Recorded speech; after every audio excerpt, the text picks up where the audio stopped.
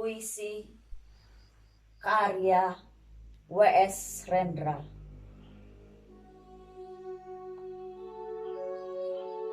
Kesaksian akhir abad.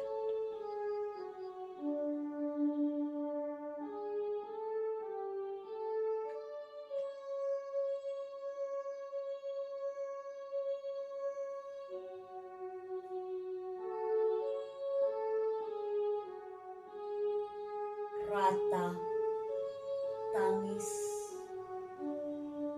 menerpa pintu kalbuku.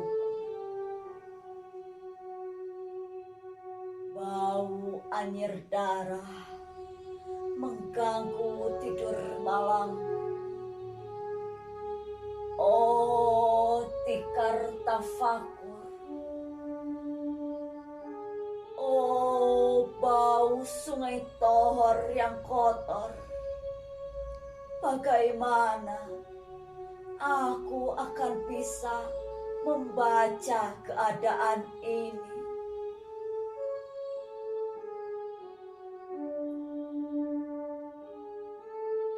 Di atas atap kesepian nalar pikiran yang digalaukan oleh lampu-lampu kota yang bertengkar dengan malam,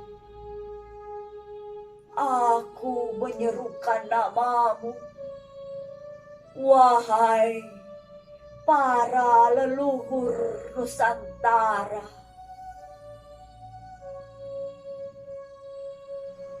oh Sanjaya, leluhur dari kebudayaan tanah. Oh Punawarman, leluhur dari kebudayaan air. Kedua wangsamu telah mampu mempersekutukan budaya tanah dan air. Oh Resi Kuturan, oh Resi Nirarta, empu tampan yang penuh kedamaian, telah kamu ajarkan tatanan hidup yang aneka dan sejahtera yang dijaga oleh Dewan Hukum Adat. Oh, bagaimana aku bisa mengerti bahasa bising dari bangsaku kini? Oh, Kajau Lalido, bintang cemerlang tanah Ugi, negarawan yang pintar dan bijaksana, telah kamu ajarkan aturan permainan di dalam benturan-benturan keinginan yang berbagai ragam di dalam kehidupan. Ade, bicara, rapang, dan wari. Oh, lihatlah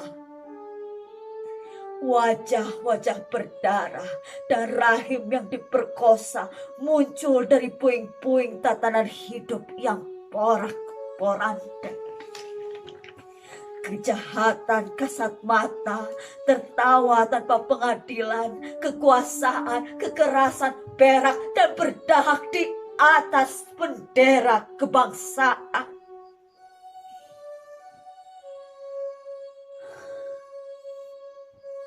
Oh, anak dan cucuku di zaman sibernetik, bagaimana akan kalian baca prasasti dari zaman kami? Apakah kami akan mampu menjadi ilham kesimpulan, ataukah kami justru menjadi sumber masalah di dalam kehidupan?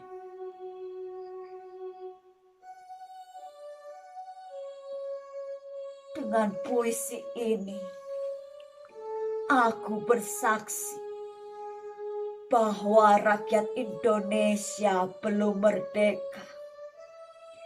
Rakyat yang tanpa hak hukum bukanlah rakyat merdeka. Hak hukum yang tidak dilindungi oleh lembaga pengadilan yang mandiri adalah hukum yang ditulis di atas air. Bagaimana rakyat bisa merdeka bila polisi menjadi aparat pemerintah dan tidak menjadi aparat hukum yang melindungi hak warga negara? Bagaimana rakyat bisa merdeka bila birokrasi negara tidak menjadi aparat rakyat, melainkan menjadi aparat pemerintah yang berkuasa? Bagaimana rakyat bisa merdeka bila hak pilih mereka dipasung, tidak boleh memilih secara langsung wakil-wakil mereka di Dewan Perwakilan, dan juga tidak boleh memilih secara langsung camat mereka, bupati, wali kota, gubernur, dan presiden mereka. Dan partai-partai politik menganggap rakyat hanya abdi partai yang dinamakan massa politik partai, kaula partai, atau hamba partai. Bagaimana rakyat bisa merdeka bila pemerintah melecehkan perdagangan antar daerah dan mengembangkan merkantilisme derles sehingga rela menekan kesejahteraan buruh, petani, nelayan, guru, dan serdadu berpangkat rendah? Bagaimana rakyat bisa merdeka bila provinsi-provinsi sekedar menjadi tanah jajahan pemerintah pusat, tidak boleh mengatur ekonominya sendiri, tatanan hidupnya sendiri, dan juga keamanannya sendiri? Ayam, serigala, macan, ataupun gajah, semuanya peka pada wilayahnya. Setiap orang juga ingin berdaulat di dalam rumah tangganya. Setiap penduduk ingin berdaulat di dalam kampungnya.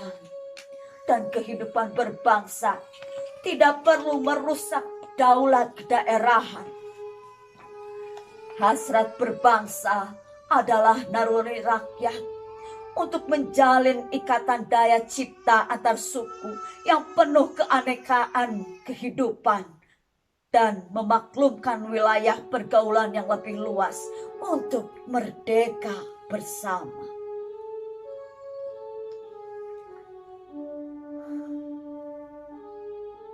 Tetapi lihatlah selubung kabut saat ini.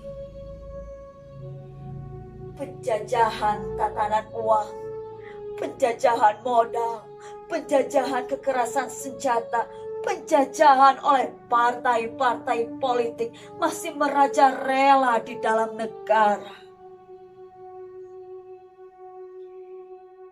Dengan puisi ini, aku bersaksi bahwa sampai saat puisi ini aku tanda tangani, para elit politik yang berkedudukan ataupun yang masih di jalan tidak pernah memperjuangkan sarana-sarana kemerdekaan rakyat. Mereka hanya rusuh dan gaduh memperjuangkan kedaulatan golongan dan partainya sendiri. Mereka hanya bergulat untuk posisi sendiri. Mereka tidak peduli pada posisi rakyat, tidak peduli pada posisi hukum, posisi polisi, ataupun posisi birokrasi. Dengan picik, mereka akan mendaur ulang malapetaka bangsa dan negara yang telah terjadi.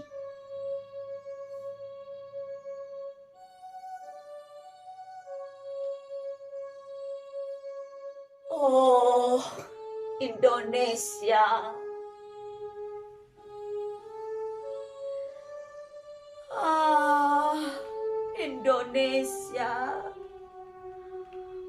negara yang kehilangan makna.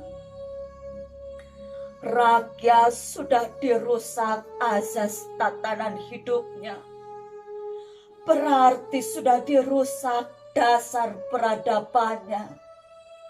Dan akibatnya dirusak pula kemanusiaannya. Maka sekarang negara tinggal menjadi peta. Itu pun peta yang lusuh dan hampir sobek pula. Pendangkalan kehidupan bangsa telah terjadi. Tata nilai rancu, dusta, pencurian, penjarahan, dan kekerasan halal. Manusia sekedar semak belukar yang gampang dikacau dan dibakar. Paket-paket pikiran yang murah dijajakan. Penalaran amarah yang salah mendorong rakyat terpecah belah.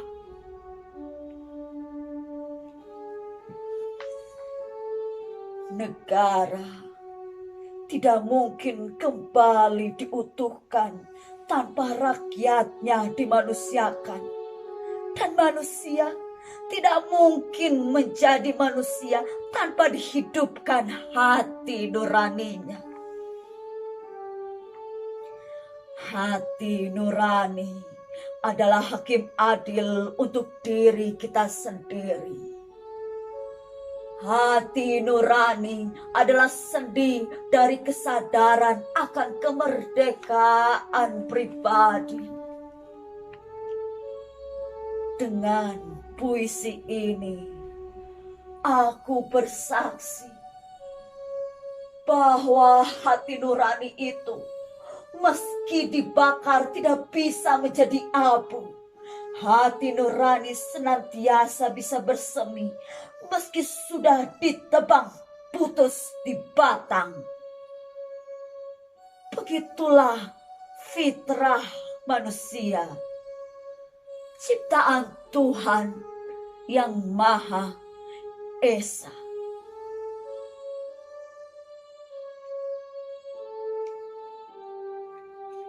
Candi Cetok, 31 Desember 1999.